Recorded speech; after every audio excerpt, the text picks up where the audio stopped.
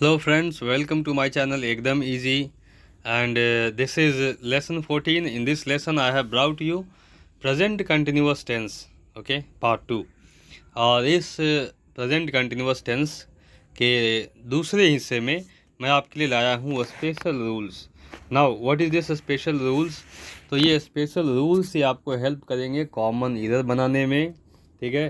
अगर आपको कभी फिल इन द ब्लैंक्स दिया जाता है, ठीक है, तो आप कैसे पहचानें कि वो प्रेजेंट कंटिन्यूअस का है। उसमें हम प्रेजेंट कंटिन्यूअस के वर्ब लगा सकते हैं, that is V four and all that things. कैसे जानेंगे, ये सारी बातों को हम इस वीडियो में जानेंगे, ठीक है। तो बने रहिए इस वीडियो के आखिरी तक, watch it completely, learn something, share with others also, दूसरों को ही बताइए ताकि दे शुड ऑल्सो लर्न, ठीक है, right. So we have here present continuous tense. Dear friends, lesson 13 में मैंने आप लोगों को ऑलरेडी प्रेजेंट कंटिन्यूअस टेंस के स्ट्रक्चर बता रखा है, ठीक है। That is subject plus is, am, are plus V four plus object. ये आपका प्रेजेंट कंटिन्यूअस टेंस का स्ट्रक्चर हमने पिछले में बताया है। साथ में ट्रांसलेशन जब बताया था तो कहा था कि जिस हिंदी सेंटेंस के आखिरी में क्या हो, रहा है, रही है, रहे हैं, ये सारा रहे तो उसको हम इसी स्ट्रक्चर से ट्रांसलेट दे मारेंगे, ठीक है।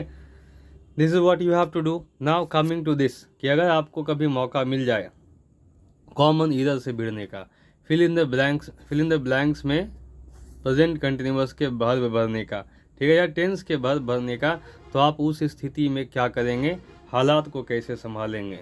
Let's see that, let's learn that technique, right. तो सबसे पहली चीज़ क्या जाने प्रेजेंट कंटिन्यूअस के बारे में, कि जब ये प्रेजेंट कंटिन्यूअस आता है तो अपने साथ में एक दो वर्ड लेके आता है। क्या लेके आता है?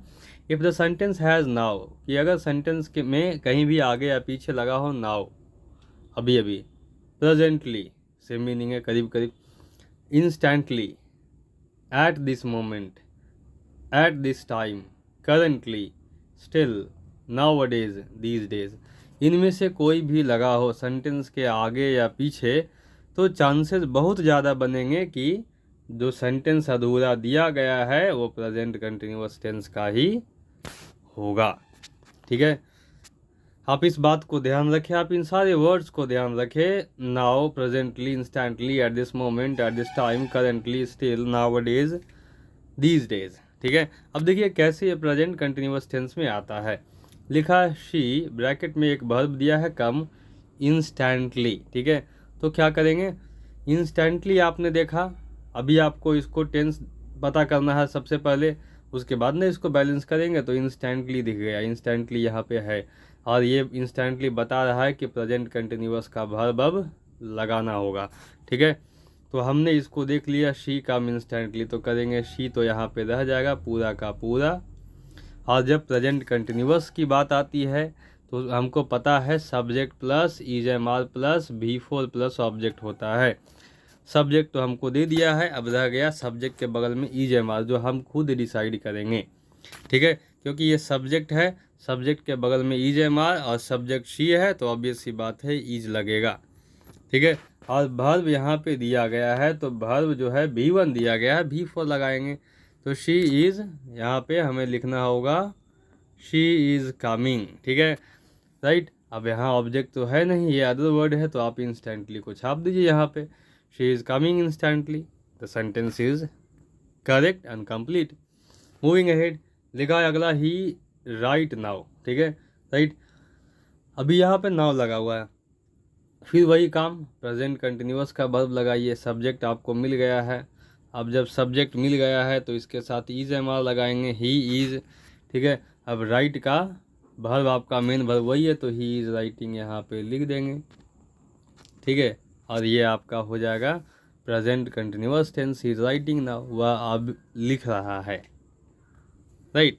आई read a novel, I hope you can tell the ये ट्रांसफॉर्मेशन ऑफ द वर्ब की क्या लिखाएगा, I am reading a novel this days, they are not doing, sorry, they are doing nothing this days, यहाँ पे आ जाएगा, they are fighting at this time, इस समय वे लोग लड़ रहे हैं।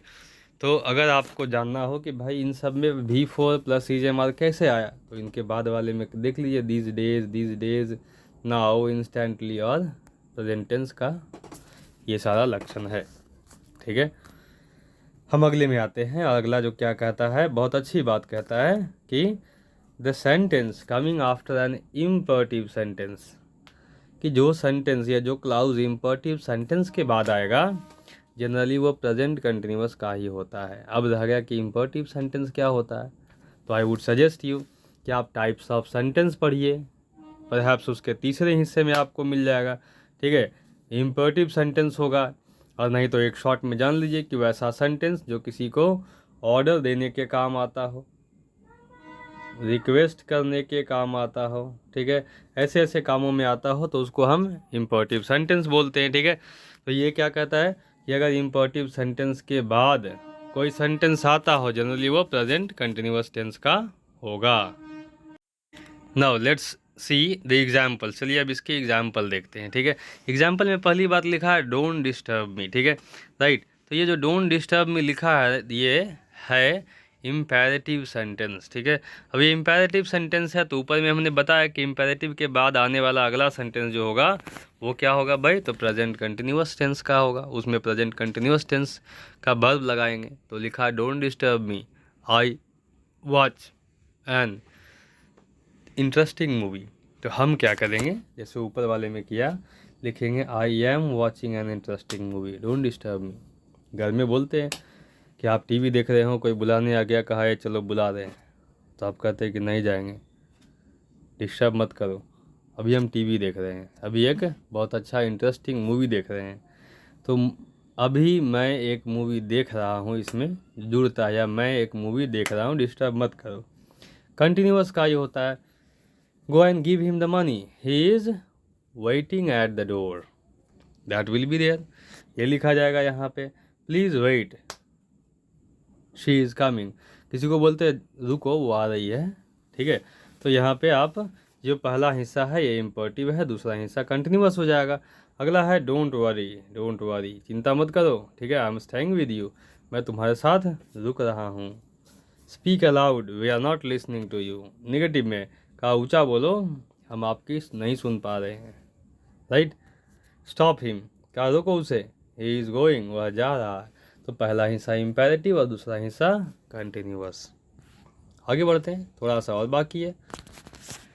एक और कहानी है present continuous shows definite action near future. कभी कभी होता है प्रेजेंट कि अगर हमको फ्यूचर में कोई काम करना हो तो हम कंटिन्यूअस में बोलते हैं, लेकिन ये कब बोलते हैं इस बात को ध्यान रखें, जब उस काम की पूरी तैयारी हो चुकी होती है। जैसे ये कहता है क्या, present continuous shows definite action in near future. मान लीजिए आपको कार खरीदने की इच्छा होती है, अभी पैसा वगैरह नहीं हुआ तो बोलते हैं I will buy a car. ठीक है, इन फ्यूचर, भविष्य में एक कार खरीदेंगे। राइट, ये अलग बात होगी, भविष्य में देखा जाएगा, कार खरीदाएगा नहीं खरीदाएगा, पैसा होगा तो होगा, नहीं होगा तो नहीं भी होगा। लेकिन अगर कोई बोल दे कि मैं कार खरीदने जा रहा हूँ कल, इसका मतलब the person is ready, he has collected the money, okay, he has got all the documents that is needed, he has already made inquiry about the car, now he is going next day. तो car तो अगले दिन खरीदेगा, लेकिन वो sentence future का है, बोल रहा है कंटिन्यूअस में, I am going to buy a car tomorrow, she is coming tomorrow, वह कल आ रही है, तैयारी हो गई है। I am sure he is coming tomorrow, हम श्योर हैं कि वो कल आ रहा है। तो अगर आने वाले भविष्य में कोई चीज़ एकदम पूरा श्योर है, वो भी नज़दीक भविष्य में, ज़्यादा लंबे समय के लिए नहीं, नियर फ्यूचर की बात करता है, तो हम वहाँ पे कंटिन्यूअस से उस फ्यूचर को शो कर सकते हैं। लास्ट है, बहुत ज़रूरी है, stative verbs are not used in continuous. हम स्टेटिव वर्ब को कंटिन्यूअस में यूज़ नहीं कर सकते हैं। अब स्टेटिव वर्ब क्या है, तो इसके लिए आप टाइप्स ऑफ वर्ब देख लीजिए, आपको वहाँ पे स्टेटिव वर्ब मिल जाएगा। ठीक है, जैसे एग्जाम्पल के तौर पे he is owning a car, ये गलत है। हम कभी ये नहीं बोल सकते कि वह एक कार रख रहा है, वह एक कार रखता है, he owns a car. We are hearing the bell, ये हियर जो है स्टेटिव वर्ब है, तो we hear the bell, hearing नहीं। I am not hating him, ये भी गलत है, आई डोंट हेट हिम, ये होगा। आई am not meaning this, I don't mean this, ये होगा। ठीक है, आप इन चीज़ों का ध्यान रखिए, स्टेटिव वर्ब को कंटिन्यूअस में नहीं बनाएं। टीचर को कभी ये ना बोले क्लास में, sir I am understanding everything, हमको सब समझ में आ रहा है, तो that will be incorrect. I understand या I understood everything that you taught me, right. So this was your present continuous. यहाँ कुछ और भी एग्जाम्पल है। I am having no house, तो I have no house, this is belonging to me, this is wrong, this belongs to me is the correct one. Okay, so dear friends, if you watch the video till the end, okay, you are going to deal questions related to present continuous. Please share the video with others and let everyone learn. Very soon on this video you are going to have some literature content also. ठीक है, आपको literature के भी content इसी channel पे मिलने शुरू हो जाएंगे। So please subscribe and like it. That's all. Thank you.